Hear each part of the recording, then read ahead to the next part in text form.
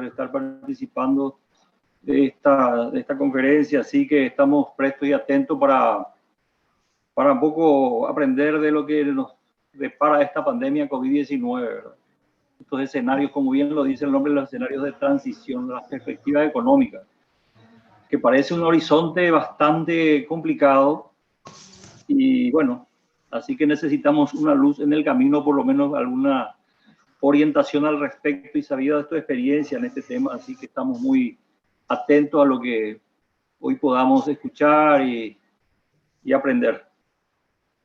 Un gusto, doctor, y bienvenido, doctor Rubén Ramírez Lescano. Muchas gracias, arquitecto. Muchas gracias, presidente, también. Cuando ustedes digan, comenzamos. Vos sabés que sale un poquito bajo. Lo debemos poner un poco más fuerte. ¿Me escuchan bien? Quiero tener una recepción.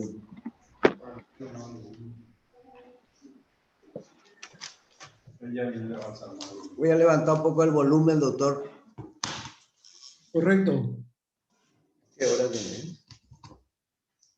Ahora son las 17. Ahora son las 17. Y decirle a Rebeca también que venga a ver si es que se puede identificar un poco a las personas. Dice que le va a salir siempre la primera fachada. Nosotros ahora, Rebeca va a identificar y me va a pasar y yo le voy a decir a medida que venga. Muy bien, muy bien. Parece que está intentando también incorporarse a y no está pudiendo, me parece que incorporarse el embajador italiano, pero veremos, vamos a hacer un esfuerzo porque también logremos comunicarnos también para participar de este evento.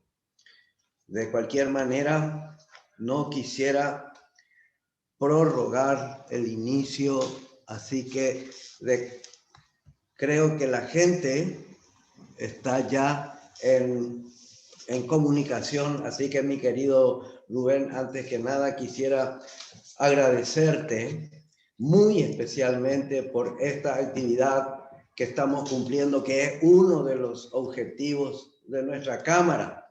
Y ahora, por ejemplo, estamos tan contentos que con tu participación le prestigiamos a la Cámara, así como dicen los directores. Quisiera agradecer especialmente, si es que el embajador escucha también, agradecer su participación, el embajador de la República Italiana, el doctor Paolo Campanini. Y también quiero agradecer a los miembros consejeros de nuestra Cámara, como así también a los consocios, a los invitados especiales. Antes de continuar, mi querido doctor, quiero hacer referencia a alguien que se dirige a la persona del disertante, nada más y nada menos que el doctor Fernando Becconi, el profesor doctor Fernando Becconi, que sintetizó a nuestro disertante diciendo: es un profesional brillante el doctor Rubén Ramírez Lescano, haciendo honor a nuestro país. Eso es nada más que una breve síntesis de la personalidad que realmente genera y la personalidad que deslumbra a la gente la participación de nuestro disertante.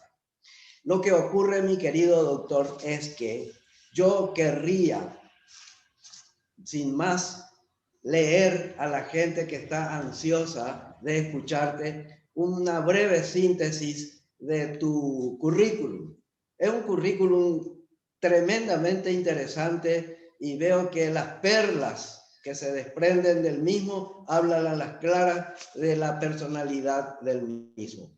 Si me permiten, quisiera que el secretario general dé una lectura del currículum del doctor Rubén. Adelante, mi querido. Sin mover. Buenas tardes a todos. Bienvenido a este importante evento. Al señor Rubén Darío Lescano, bienvenido. Muchas gracias por darnos esta charla. Y bueno, el doctor Rubén Darío Ramírez Lescano es ex ministro de Relaciones Exteriores de la República del Paraguay. Es economista y diplomático de carrera con el rango de embajador bajo licencia. El doctor Ramírez Lescano cuenta con una sólida formación académica. Como economista, egresado de la Facultad de Ciencia Económica de la Universidad de Buenos Aires, posee maestría en Política Económica Internacional de la Universidad Sorbonne de París y una maestría en Administración de Negocios de la Universidad de California en Los Ángeles, Estados Unidos. Consultor, y asesor de varios bancos nacionales e internacionales, además de varias empresas de gran prestigio locales e internacionales y casa de bolsa. Actualmente presidente del directorio de Interfisa Banco SAECA. En el 2016, la República de Paraguay postuló por primera vez a una nación la candidatura de la presidencia ejecutiva del Banco de Desarrollo de América Latina, CAF, Corporación Andina de Fomento. Anteriormente, desde el 2011 a 2016, ejerció el cargo de director representante de CAF, Banco de Desarrollo de América Latina, en la oficina de Argentina. En el año 2008 fue designado por el Banco CAF como director representante en la oficina de Panamá, con responsabilidad para Centroamérica, Caribe y México. Dentro de su trayectoria profesional desempeñó cargos como ministro de Relaciones Exteriores de la República del Paraguay, siendo previamente viceministro de Relaciones Económicas e Integración, representante permanente ante la Nación Unida con sede en Ginebra, representante permanente alterno de su país ante la Asociación Latinoamericana de Integración, ALADI, entre otros. Durante su carrera diplomática se desempeñó en varios países como Argentina, Ecuador, Uruguay, Francia, Estados Unidos, Suiza. Fue designado con las máximas condecoraciones de la Orden Nacional al Mérito, otorgada por el gobierno de Argentina, Bolivia, Brasil, Chile, China, Ecuador, España, Estados Unidos, Francia, México, Orden de Soberanía de Malta, Perú, Rusia, Ucrania, Uruguay y el Vaticano y la Santa Sede. Actuó como profesor invitado en varias universidades como la UBA, Buenos Aires, la Sorbonne de París, George Washington University, École Nationale de Administración en Francia, Colegio de Alto Estudio Europeo, París y Bruselas, entre otros. También en la actualidad es profesor invitado en la maestría de doctorado de la Universidad de Columbia y otras entidades académicas de prestigio a nivel nacional en Paraguay. En el 2006 fue elegido joven líder global por la World Economic Forum, distinción que le fue entregada por la reina Rania de Jordania en Ginebra, Suiza. Bueno, gracias, señor secretario. Quisiera, antes que nada, leer el título de la disertación del profesor Ramírez, y es como se detalla a continuación. Se denomina escenarios de transición, perspectivas económicas post-pandemia. Doctor, creo que usted tiene la palabra. Adelante, mi querido disertante. Muchísimas gracias, señor presidente, señores miembros de la Cámara Italiana, señor embajador de la República Italiana, distinguidas señoras y señores. Es un placer realmente poder compartir con ustedes algunas reflexiones y la visión que tengo de cómo estamos transitando esta etapa compleja, donde la explosión súbita de la pandemia condujo a una serie de desafíos que todavía tenemos que enfrentar. Estoy compartiendo mi pantalla. ¿La están pudiendo ver a la presentación? Sí, señor. ¿Me escuchan bien todos para poder asegurarme de... Sí, doctor. Por el momento nosotros tenemos una perfecta recepción. Fantástico. Escuchamos bien. Sí, escucho bien. Sí. Perfecto. Entonces, nosotros enfrentamos un desafío donde se pone en evidencia que el mundo no estaba preparado. Hemos visto acciones y reacciones que generaron una compleja proyección de la pandemia en el ámbito sanitario, donde tardíamente se despliega una cooperación que todavía no alcanza, sobre todo a las economías emergentes, a una inmunización generalizada que se concibe que al menos tiene que contemplar más del 70% de la población para que tengamos una situación de contención y de mayor previsibilidad.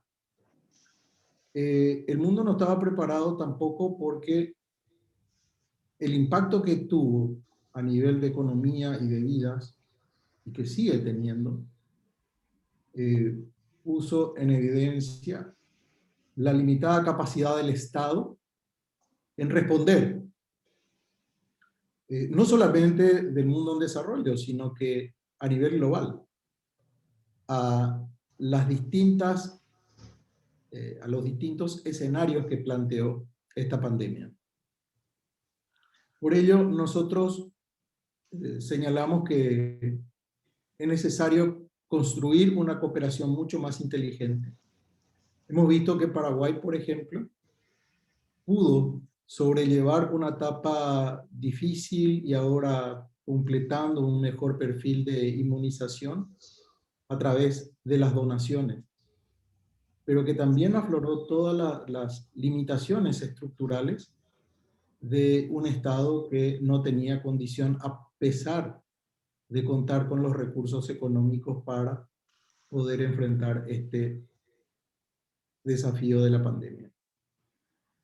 Y el Estado tiene un rol central porque durante prolongados periodos, inclusive durante este año, y permanece esa situación, hemos tenido que restringir la actividad productiva, la actividad del privado.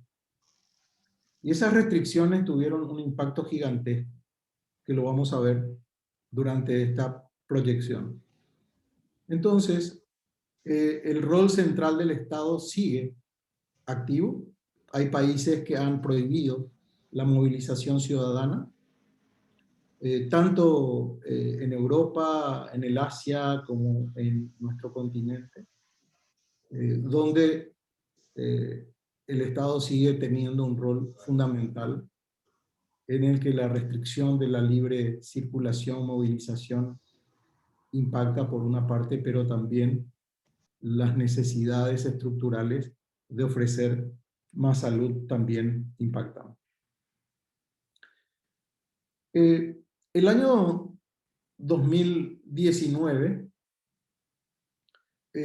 nosotros observábamos una serie de riesgos importantísimos en materia económica, ambiental, geopolítica, social, tecnológica. Durante estos 16 meses de pandemia, eso, en algunos casos, se exacerbó. La inestabilidad geopolítica, la alta tensión entre Estados Unidos y China, la situación que se plantea desde las tensiones internas en muchos países, como hemos visto los chalecos amarillos en Francia, más tarde la comunidad indígena en Ecuador, se traslada esto también a una expresividad en Chile que conduce a una reforma constitucional. Hemos visto un malestar social en todo el planeta. En el Perú, donde actualmente soy jefe de la misión de observación electoral de la Organización de Estados Americanos, que en noviembre condujo a la irrupción del tercer gobierno, asumiendo uno cuarto, en un periodo presidencial, pero en menos de un mes, esa nación tuvo 4 jefes de Estado de distintos signos políticos y en un proceso de transición muy complejo. También hemos notado y seguimos notando las deficiencias en las respuestas climáticas, incendios, sequías, inundaciones, ola de calor extremo, entre otros fenómenos que, por ejemplo, hoy restringen significativamente la circulación de bienes a través de la hidrovía. En Paraguay hemos padecido inusitadamente incendios forestales y también inundaciones que impactaron enormemente en la producción agrícola y pecuaria. Entonces, cuando el mundo empieza a distanciarse y se desarrolla mucho más dinámicamente la tecnología y este medio de comunicación que hoy nos permite guardar la distancia social necesaria, que también es un mecanismo para poder comunicarnos más eficientemente, pero el déficit de la gobernanza tecnológica, traducido en los ciberataques, en el robo de datos y de dinero a través del desarrollo tecnológico, es otro de los grandes riesgos que enfrenta el mundo. Y, ¿por qué no decirlo?, la administración de los desafíos biológicos. Estamos entrando frente a una nueva cepa, una nueva ola de contagios, donde aún vacunados corremos el riesgo de ser contagiados por la evolución que tiene el nivel de virus, de bacterias y de otros fenómenos que forman parte de esas cuestiones que tenemos que considerar claves. Ustedes ven en la pantalla los 10 riesgos en términos de probabilidad, las grandes migraciones, los fenómenos meteorológicos, la falta de mitigación y adaptación al cambio climático, los conflictos interestatales, las catástrofes naturales, el fracaso de los gobiernos en la administración de esta pandemia, desde el punto de vista sanitario y desde el punto de vista económico en la mayoría de los casos, el desempleo y el subempleo que impactan significativamente, fraude o robo de datos, la crisis del agua y el comercio realmente que ha caído significativamente. El mundo ha vivido distintas etapas de incertidumbre, pero como vemos en este análisis que hace Ayer Bloom y el doctor Fosseri para el Fondo Monetario Internacional de la Universidad de Stanford, señala que hubo desde el año 2011 con el ataque, el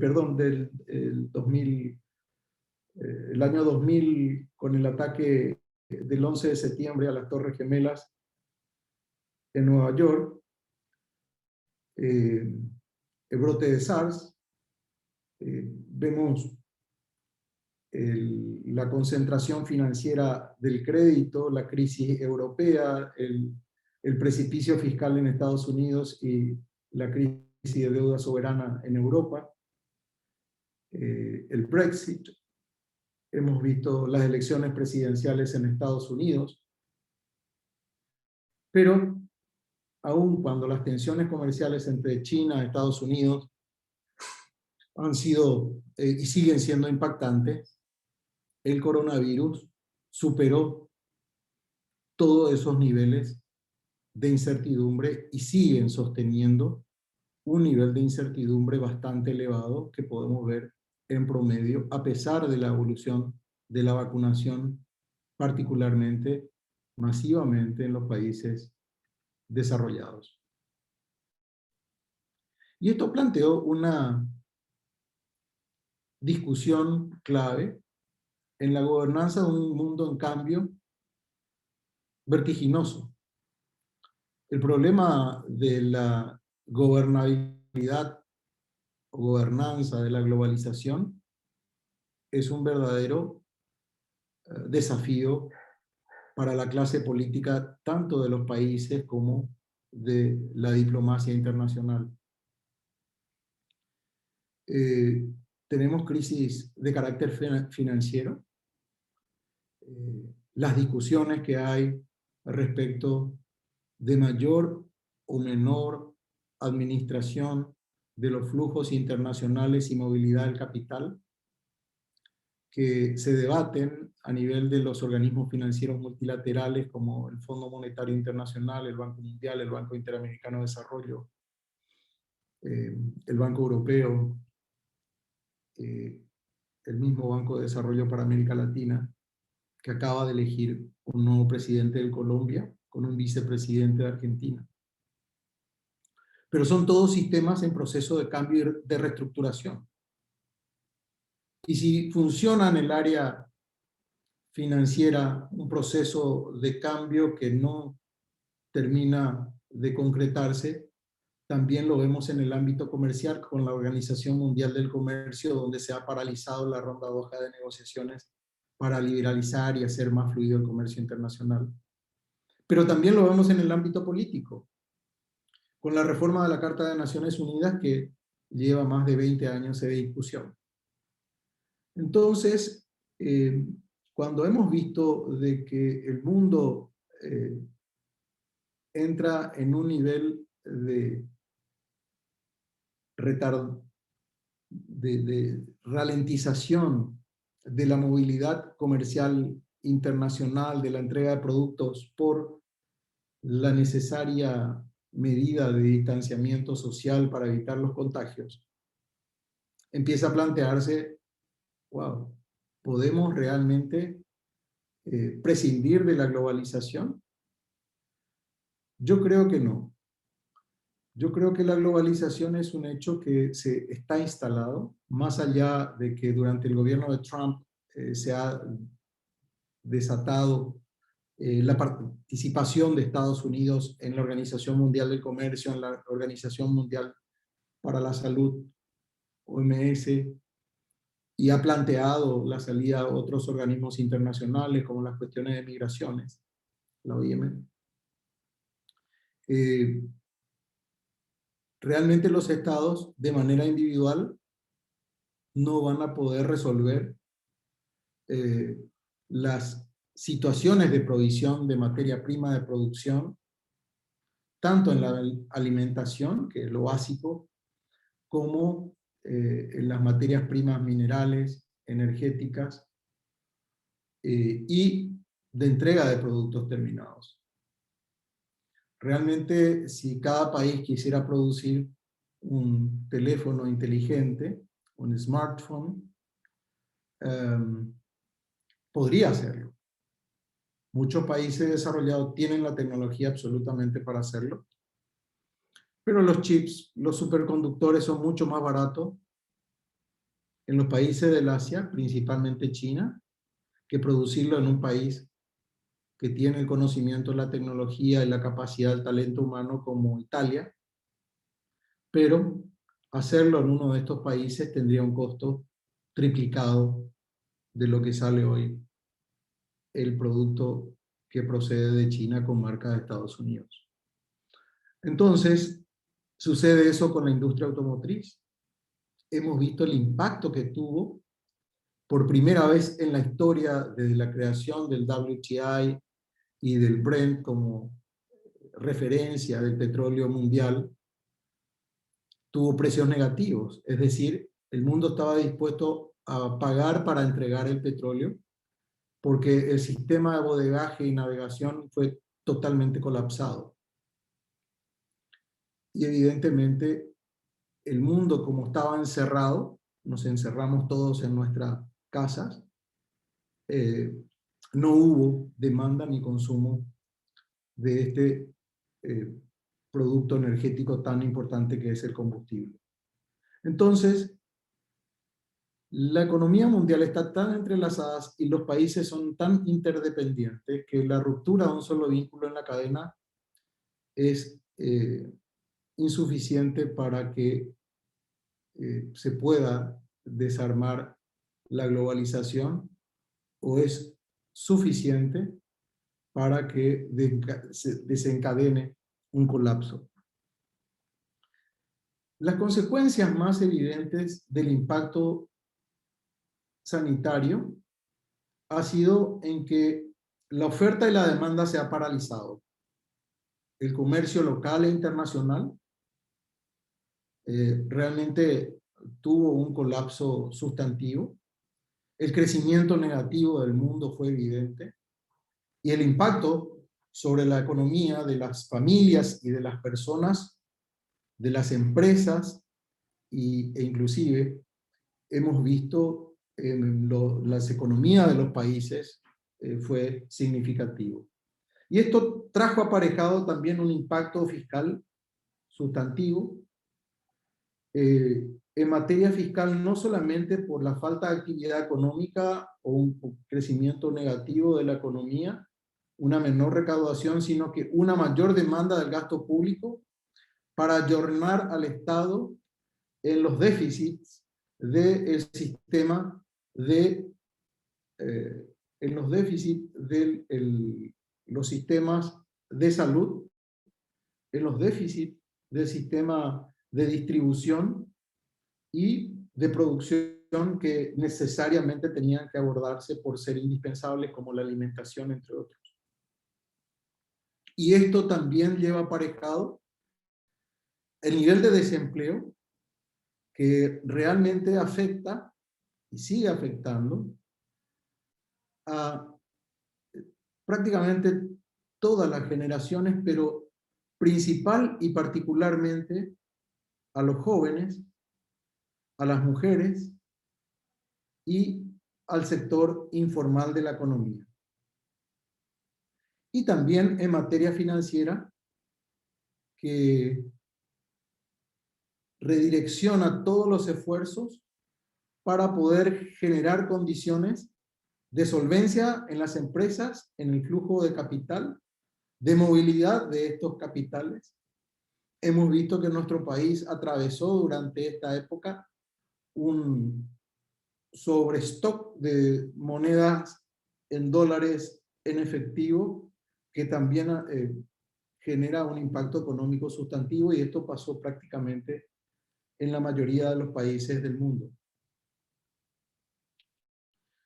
Los sectores más afectados, para mí el más triste, lamentable, es el de educación, donde la pérdida que tienen los jóvenes, los niños, es irrecuperable, desde el punto de vista de que más de 1 año y medio sin clases no se recupera rápidamente, ni fácilmente, porque hay etapas y periodos de la maduración del niño que se está pasando por alto. Y de los jóvenes universitarios con expectativa y vocación de gestionar un mejor empleo también. Los servicios financieros. En nuestro país se han adoptado medidas, y vamos a hablar más adelante de esto, pero en general en los países los problemas de solvencia, de liquidez, fueron muy importantes. La fabricación de la industria de productos no esenciales, el sector de construcción y bienes inmuebles, un impacto significativo. El sector automotriz, la industria automotriz paralizada, la industria inclusive de tractores, que hoy tenemos un déficit enorme de entrega de maquinaria agrícola. La aviación, han desaparecido empresas que en el transporte aéreo regional eran claves para nuestro desplazamiento, un país sin litoral marítimo como Paraguay. Obviamente, el acceso a corredores de transporte aéreo es clave, y seguimos padeciendo la ausencia de frecuencia que nos permita interconectarnos más dinámicamente. El turismo, el ocio, que impactó al sector gastronómico, hotelero, a los servicios en su conjunto y al comercio, que en Paraguay en materia de triangulación es clave. Y el petróleo y el gas, que tuvo durante esa etapa un impacto sustantivo, pero que queda en el medio porque al iniciar la reactivación con una masiva inmunización a través de las vacunaciones, el mundo empieza a despegar y a demandar alimentos, por eso gana el petróleo y el gas con una apreciación enorme, más del 75% en los últimos meses de este año. Gana el sector agrícola, los precios duplicaron al de prepandemia a nivel internacional, soja, carne, vacuna, porcina, avícola, todo lo que es producción de soja, maíz, trigo. El comercio electrónico obviamente está alcanzando hitos y un esplendor inusitado. Las tecnologías, las TIC, la que hoy nos permite estar en comunicación. Todo lo que se refiere al personal y asistencia sanitaria, los procesamientos de alimentos y la venta minorista de supermercados y distribuidores, así como los médicos y servicios del sector del blanco, son sectores que son ganadores potenciales, digo, porque algunos, como los médicos y todo esto, no pudieron realmente aprovechar o beneficiarse de esta nueva etapa que estamos transitando. En su pantalla podrán ver también todo lo que fue el círculo de impacto en las empresas, en el comercio internacional, en las inversiones, en el ahorro, en los hogares y en la rentabilidad.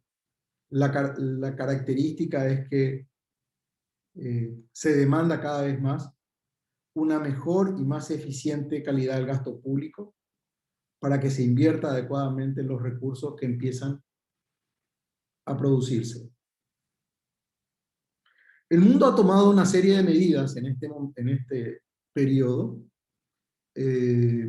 como medidas de contención, las cuarentenas, las prohibiciones, restricciones de viaje, los cierres de lugares públicos, cierre de fábrica, corte de provisión de servicios, disrupción en la cadena de suministro, desde el punto de vista del impacto en la oferta, y en el punto de vista de la demanda, la pérdida de confianza, es decir, una persona que está en riesgo de perder su empleo, que tiene un familiar enfermo, que está cosechando un endeudamiento imprevisible de saber cuántos días puede estar internado ese pariente, obviamente el destino de sus recursos va al ahorro por una parte, a no gastar, y va a la salud por otra parte.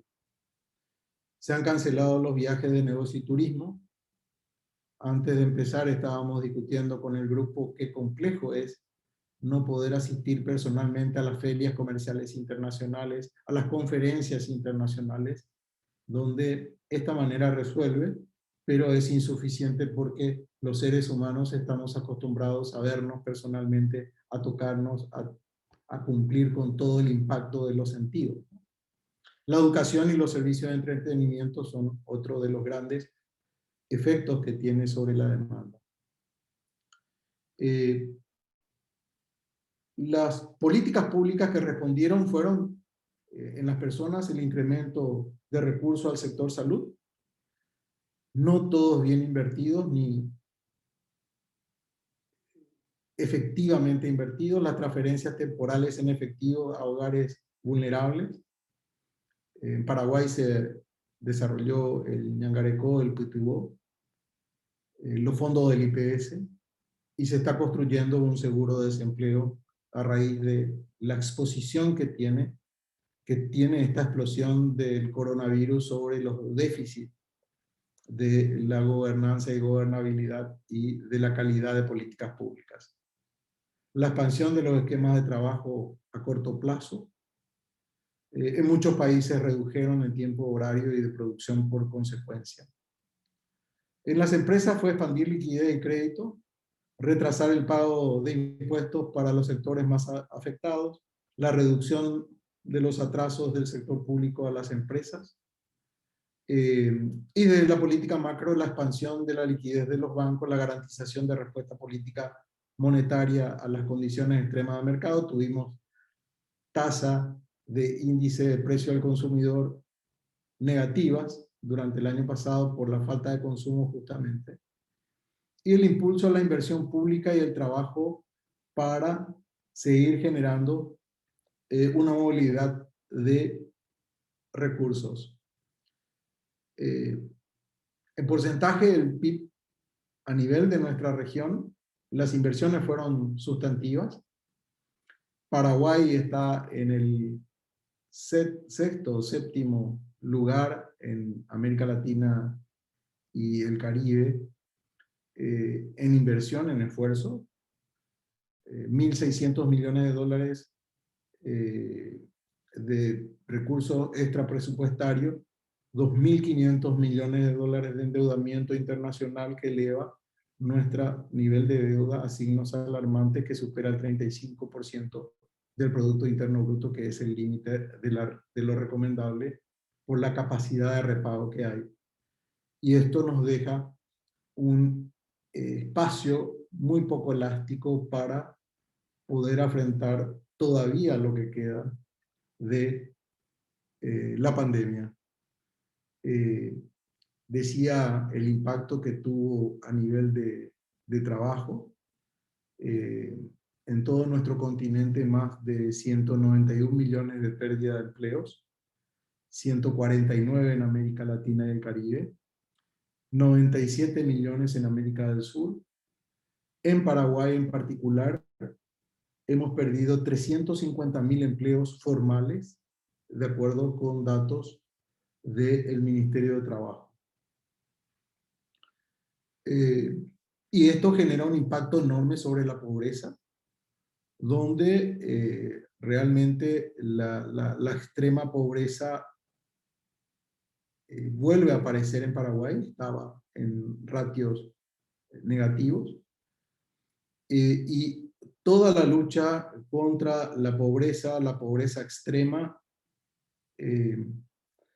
se ve retrotraída.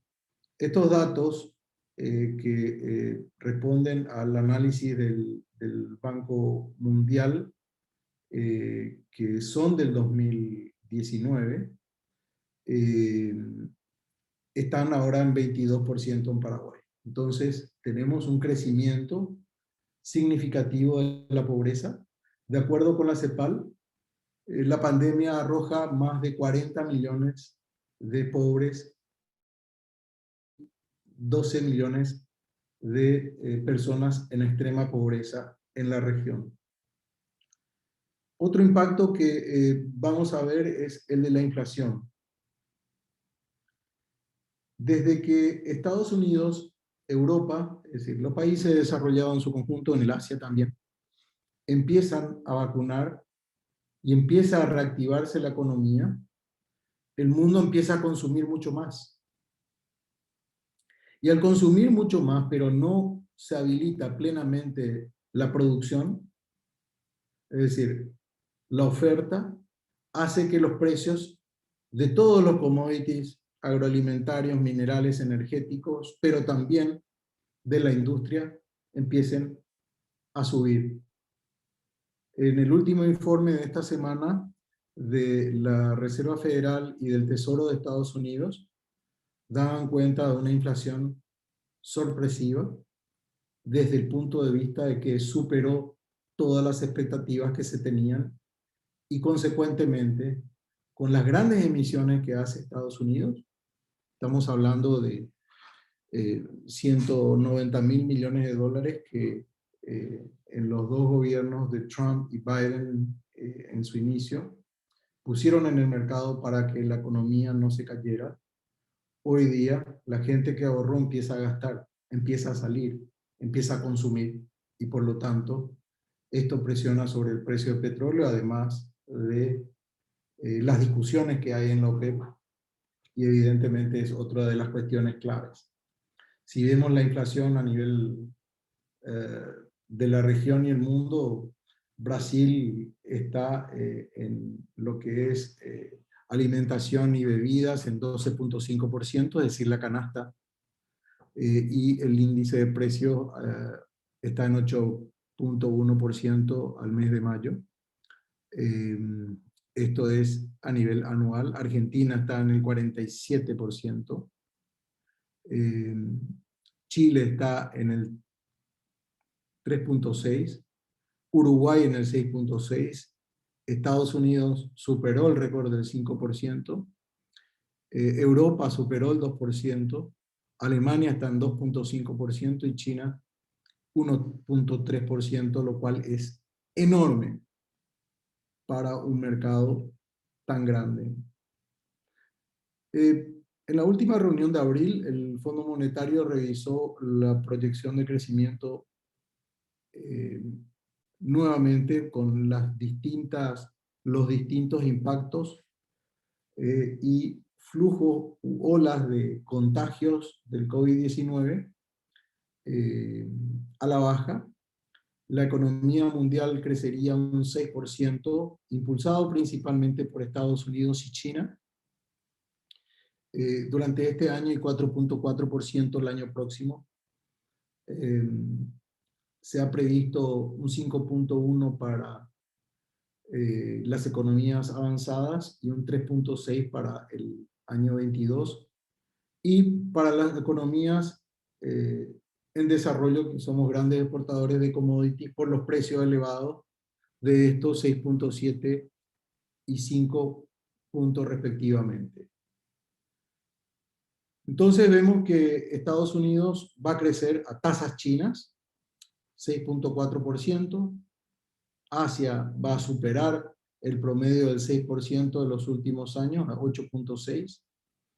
La zona euro, que está en un nivel de ralentización nuevamente después de una serie de discusiones y de mensajes del Banco Europeo, de Christine Lagarde. Esas revisiones del crecimiento están siendo consideradas en 4.4 y 3.8 respectivamente. Y Oriente Medio y Asia Central son los que menos crecimientos tendrían. El África subsahariana también va a tener un significativo impacto negativo por los niveles de desarrollo relativo que tienen esos países. En nuestra región, Paraguay va a ser una economía bastante positiva. Se ha previsto un 3.5% para este año, al igual que el Banco Mundial, el Banco Central del Paraguay ha previsto el mismo crecimiento. El Fondo Monetario tiene 3.2% o 3.3%. El análisis de BBVA e Itaú coinciden en 3.3% la proyección de crecimiento económico para desde este primer semestre, digamos, el análisis para el total del año. 4% el año próximo y un 3.8% en el 2023. Esto es reflejo del impacto climático que podemos tener durante el año próximo por las sequías. Yo les decía que el gobierno tomó una serie de iniciativas para dar desde el Banco Central la eliminación o reducción al mínimo del encaje legal, la habilitación de una línea compensatoria para el financiamiento, con lo cual se ha pretendido de que no haya un descalce para que el sistema financiero mantenga solvencia. La eliminación de condiciones de calificación de los clientes. Y también los bancos iniciamos una serie de iniciativas que persisten en el tiempo de haber postergado, prorrogado los vencimientos de pago de crédito, de tarjetas de crédito, cheques, entre otros.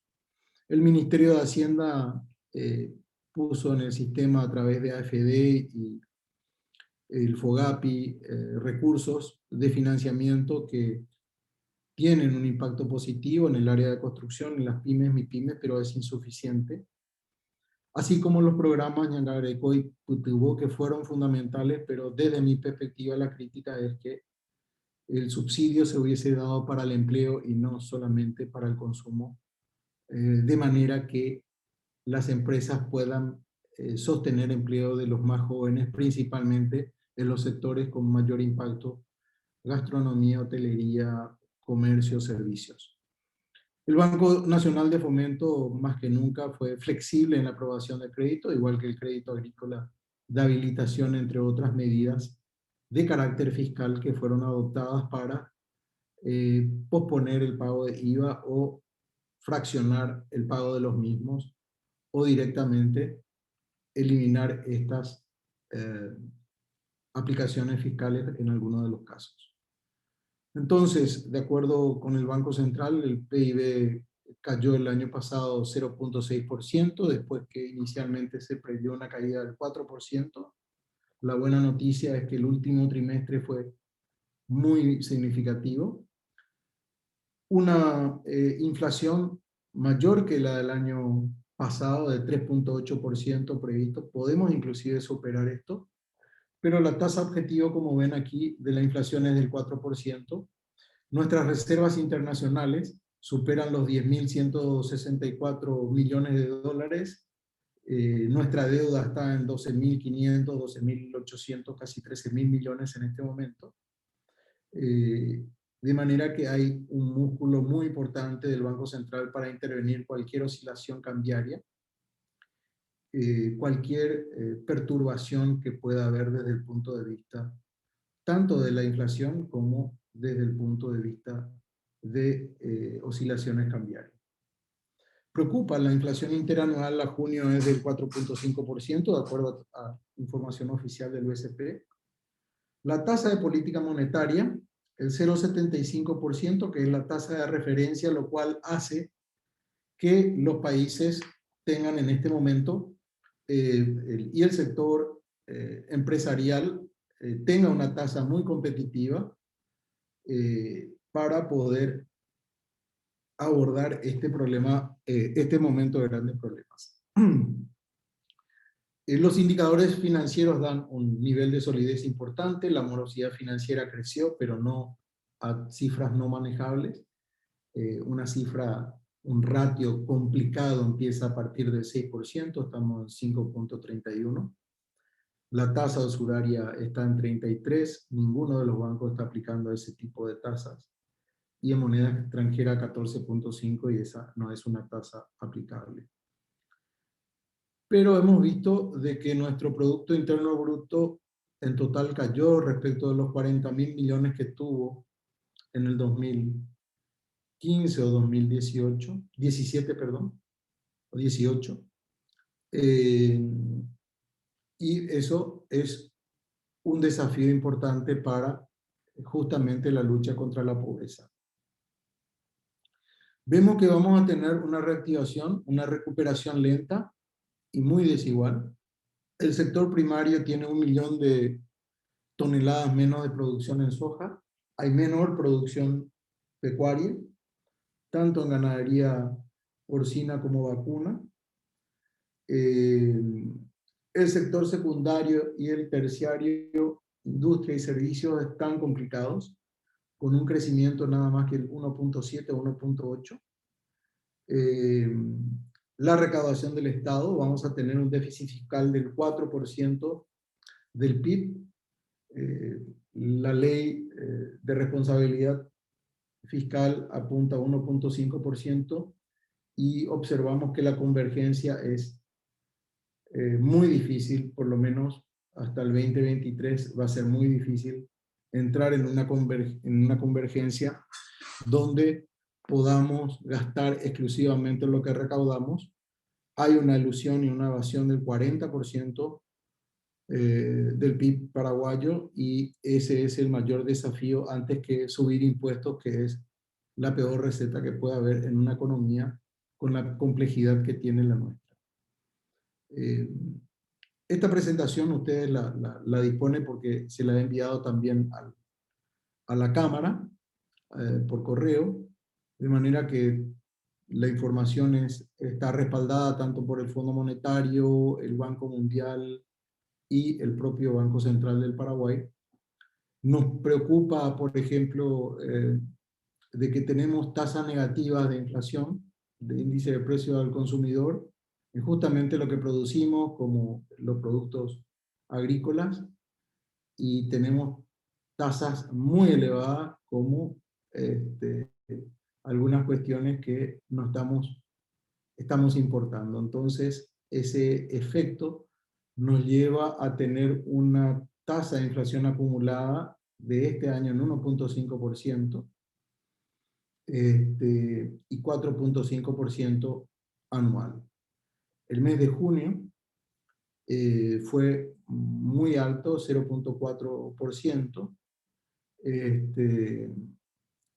y es justamente el sector de combustibles el que está pesando sobre el incremento de precios, y sobre todo en la canasta básica. Para ir terminando, los posibles escenarios post-COVID de que el mundo rebote, por los indicadores que vemos, es muy difícil tener un rebote, un crecimiento en V. Yo veo más una forma en U que una vuelta a la normalidad económica, que va a tardar más tiempo, que es desigual entre los sectores como estamos viendo, pero con una apertura progresiva vamos a tener crecimiento, que es la buena noticia. La peor podría ser la forma L, en que haya una caída y de la cual no se pueda recuperar el mundo, si es que hay una nueva ola donde las actuales vacunas no puedan responder a nuevas cepas.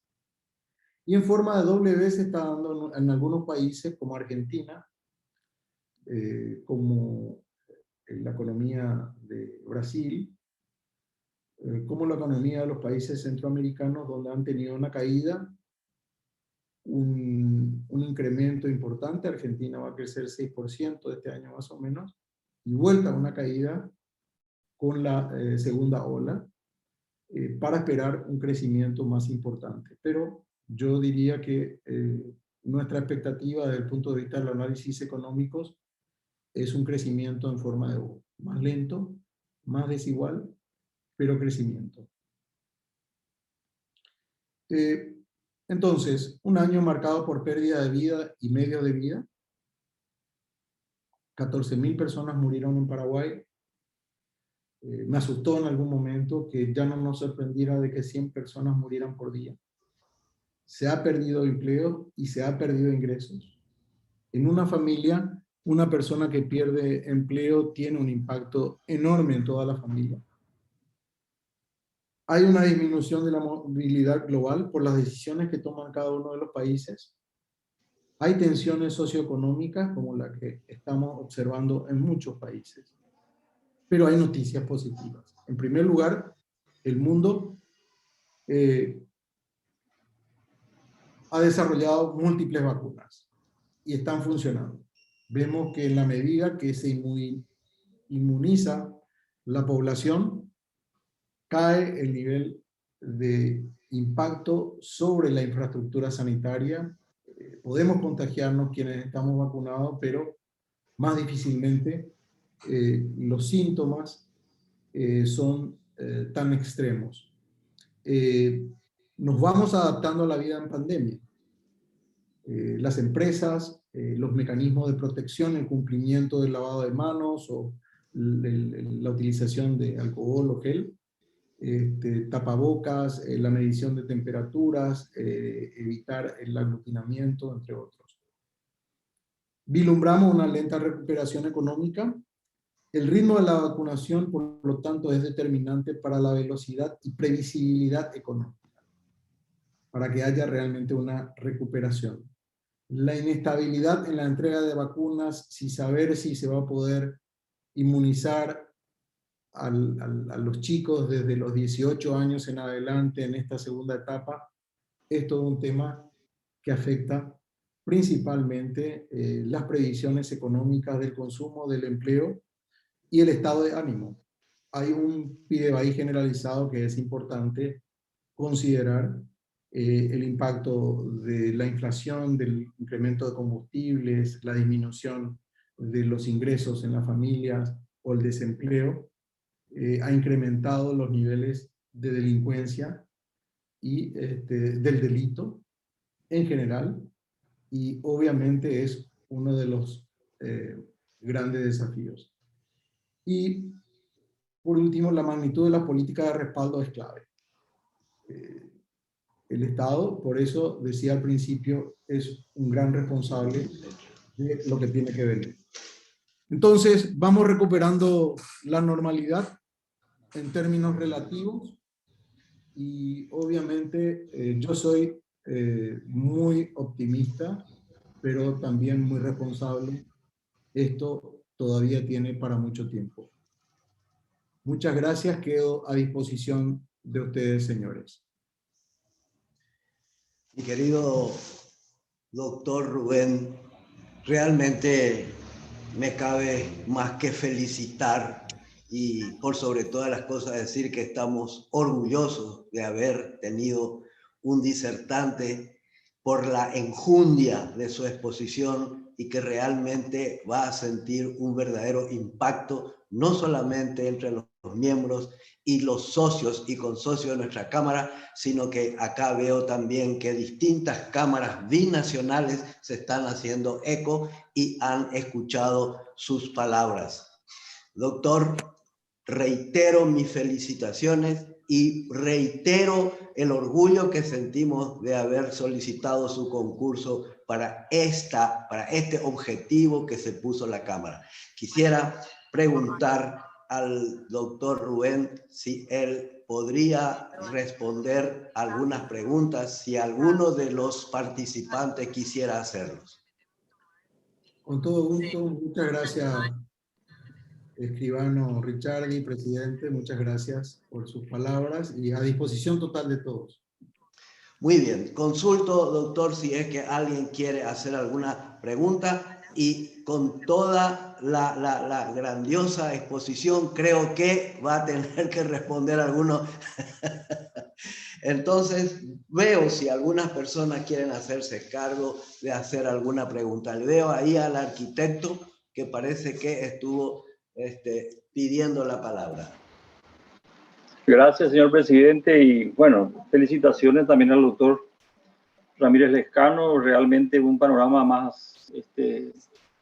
más esclarecedor de la situación, ¿verdad? Siempre la preocupación es de estado de pandemia, en este punto de inflexión a que ha llegado toda la humanidad, ¿verdad? Y la pregunta siempre es que como país, veo también ya algunas placas que ha presentado, da un poco la pauta de dónde estamos parados, ¿verdad? Y que nosotros, en el caso de nuestras cámaras de comercio, por ejemplo, que tenemos relacionamiento con nuestros países de Europa, con los países de Europa, el caso de la Cámara con Italia y en fin, otras cámaras también que están siempre interesadas, estableciendo siempre los nexos y trabajando en ese intercambio que se da, que las cámaras son un instrumento válido como para poder potenciar ese clima de negocios, esa posibilidad de intercambio comercial, empresarial. ¿Cómo ve usted, doctor Ramírez, ante esta situación, la situación de Europa y nuestra región, en caso del tema Mercosur? No sé si es muy compleja o muy entreverada. Yo soy un poco neófito en el tema de economía, ¿verdad? O bastante neófito, pero siempre estas cuestiones me interesan y mucho porque nos afectan a todos. ¿Cómo ve usted qué posibilidades, qué camino, qué estrategias delinear así de manera, por supuesto, atendiendo a su tiempo también muy sintética de llevar adelante, ¿no? Sí. No, muchas gracias. Europa, en primer lugar, tiene la necesidad de resolver algunas ecuaciones de su economía. Por una parte, la ayuda a través de los IQ, de los fiscalmente, y a través de inversión y tasas negativas para el financiamiento a la producción y el desarrollo, ponen en perspectiva el desafío que está en materia de inflación. La inflación en Europa también está pesando mucho sobre la economía. Por otra parte, el Brexit tiene un impacto que lo vamos a ver probablemente más tarde en este año y más significativa el año próximo y sucesivamente. porque es un gran centro financiero y el desplazamiento que va a haber ahí entre lo que es el Reino Unido, la reinstalación de estas empresas que se están yendo principalmente a Alemania y a Francia, es otro de los indicadores que vamos a ir dándole seguimiento sobre la conducta. Las economías más vulnerables como España y Portugal están sufriendo mucho. Italia es un país que tiene dos mundos, el norte y el sur. El norte empieza a reactivar su producción, sobre todo la reactivación de la industria automotriz, de la industria tecnológica que empieza a despertarse. Y creo que transitar este año y el año próximo, que van a haber elecciones en varios de los países, ya Alemania entra con una nueva administración después del fin del ciclo de Merkel. España todavía acaba de elegir un nuevo gobierno, el presidente Sánchez, pero con muchas tensiones políticas.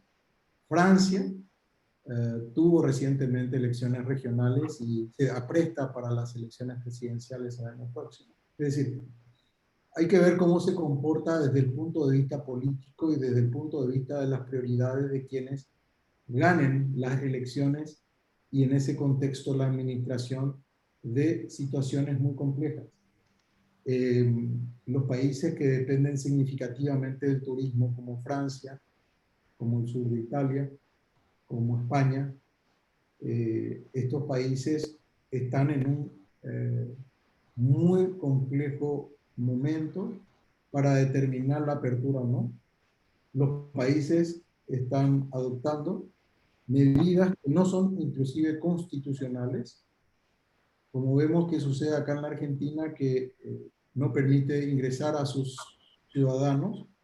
En el Reino Unido hubo una discusión muy grande y constitucionalmente respaldada. La Corte Suprema prohibió al Estado de que restrinja el ingreso de personas que no tuvieran el certificado de vacunación o el carnet de vacuna, porque es un trato discriminatorio y no está contemplado ese tipo de discriminación.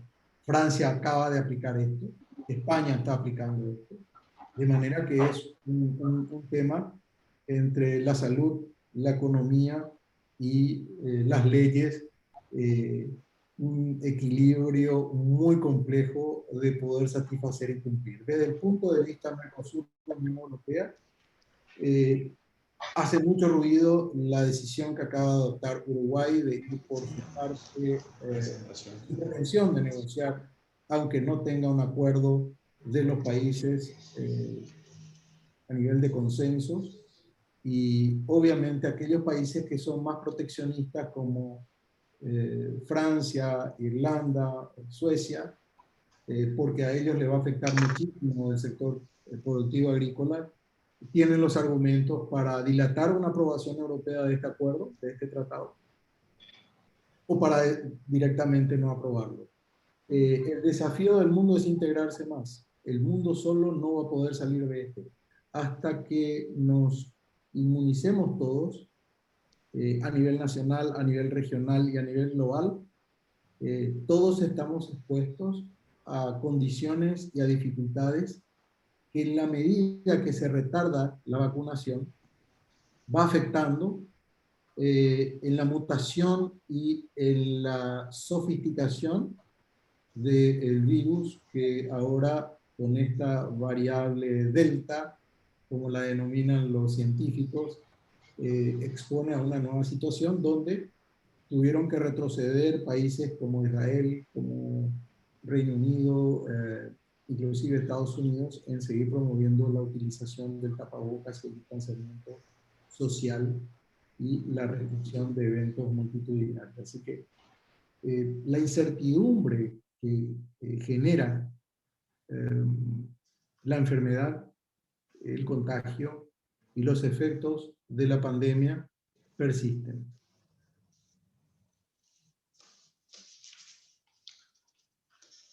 Creo que Claudio Me permite una pregunta, escribano. Ahí está. Adelante, caballero. Buenas tardes. Una pregunta. Doctor, una consulta le hago yo. Especial énfasis que me preocupó fue esta tablita del crecimiento del Banco Mundial. No entiendo por qué la mayoría de los países tienen mayor crecimiento. Mari, perdón. Mari, por favor, estoy hablando. Calcula mayor crecimiento en este año y en el año 22 y 23 baja el crecimiento. Cuando uno piensa que tendría que ser al revés, si va terminando la pandemia, ¿no? No sé a qué lo atribuyen eso. Esto se atribuye a que actualmente, en la medida que se va reactivando la economía, es decir, a medida que la gente puede trabajar, va a producir más. A medida que la gente puede movilizarse porque ya está inmunizada y las restricciones de circulación empiezan a flexibilizarse, la gente empieza a consumir más. Ese consumo va a demandar mayor producción. Por lo tanto, el crecimiento va a ser más dinámico este año. De hecho, vemos que Estados Unidos, como está proyectado, va a crecer a tasas chinas. Pero también esto trae aparejado la inflación. Y el impacto de la inflación va a trasladarse al año próximo en resultados, no en este año. En este año en el consumo va a afectar, pero la gente tiene ahorros para llevar adelante esto, en general. Hay segmentos de la sociedad que no tienen ahorro, pero vamos a tener cúspides de demanda, se va a tener que fortalecer la oferta. En el caso de Paraguay, un fenómeno que hace de que hayamos regresado a un crecimiento mayor a 3.5%, cuando en mayo preveíamos por debajo del 3%, es porque como se incrementó la demanda, por ejemplo, de la soja, hoy tenemos una producción inferior al año 2020. El año 2020 produjimos 11 millones de toneladas, este año 10 millones de toneladas, pero el precio se duplicó. Y sin embargo, tenemos todavía restricciones que van a transferirse a las operaciones del año próximo en la navegación de los ríos Paraguay y Paraná para salir al mercado internacional. Ese es un fenómeno climático, por eso ponía al principio todos los riesgos que hay en la economía, pero el riesgo mayor, el impacto mayor y el desconocimiento también que existe en el mundo sobre el tratamiento del COVID-19 es el que impacta más, y por lo tanto el crecimiento para este año es más alto que para el año próximo en la mayoría de las economías. Nosotros vamos a ver que como la mayoría de los países ha hecho una ayuda fiscal enorme para que se mantenga la actividad y el empleo, la actividad económica y el empleo, ya no tienen margen para el año próximo. De manera que el año próximo va a tener que apuntarse con telescopio al gasto, de manera en el que como la demanda en salud es tan importante y necesaria, se abandonen obras públicas fundamentales que son las que generan empleo. Entonces, tanto el Estado como los ciudadanos están invirtiendo más en salud que en consumo final. Y esa es una variable que va a impactar el año próximo, inclusive respecto del déficit fiscal, que es lo que también nos preocupa por el sistema macroeconómico, don Daniel. Muchas gracias, doctor. Un placer.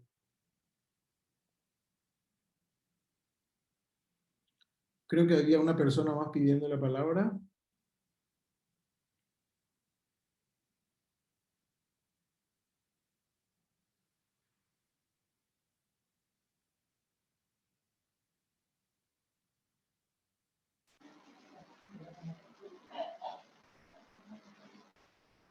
El micrófono Presidente.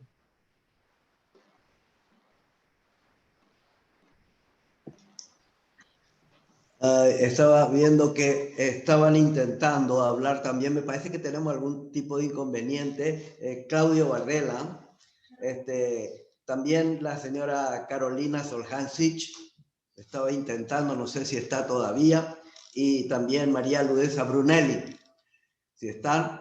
De cualquier manera, profesor, nosotros estamos acá expectantes y realmente nos sentimos impactados por este informe. Lo único que le puedo decir es que todos los socios de la Cámara, que estamos rondando por las más de 180 socios, consocios, que están solicitando en la presentación y que van a tener en sus pantallas, van a tener todo lo relativo a lo que usted dijo. Desde ya le agradezco muchísimo, mi querido doctor.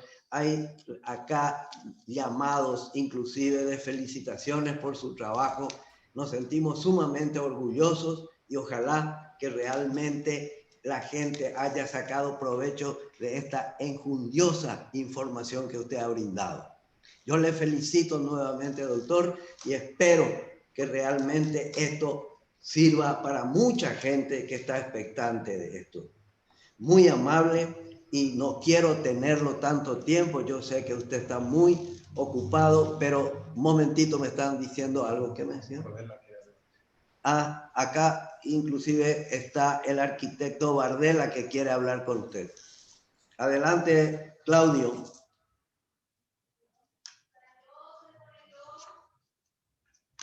No.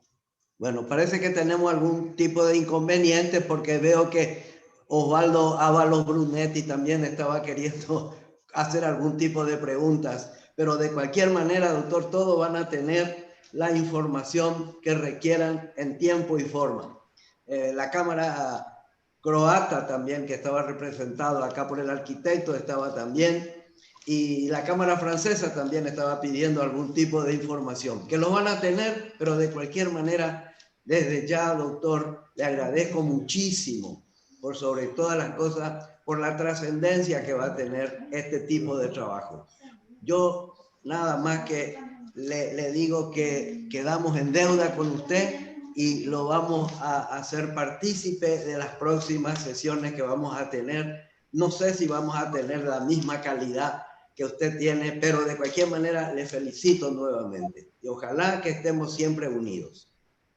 Muchas gracias, presidente. Realmente espero haber contribuido a la confusión con un análisis de perspectiva, de enfoque de lo que se viene en el mundo, desde nuestra humilde evaluación y justamente siempre invitando a cuidarnos, a protegernos, a cumplir los protocolos sanitarios, porque eso es clave para nuestra salud, para nuestra familia y obviamente para nuestro país. Y todo el éxito para ustedes en la Cámara, en las empresas que cada uno de ustedes representa. Lo mejor y un placer haber estado con ustedes esta tarde. Muchísimas gracias, doctor. Y realmente no caben palabras como para decirle muchísimas gracias en letras de molde. Muy amable y hasta siempre, doctor. Un placer. Hasta cualquier momento. Muchas gracias. Gracias Muchas a gracias, todos. señor presidente. Gracias, doctor Ramírez. Gracias.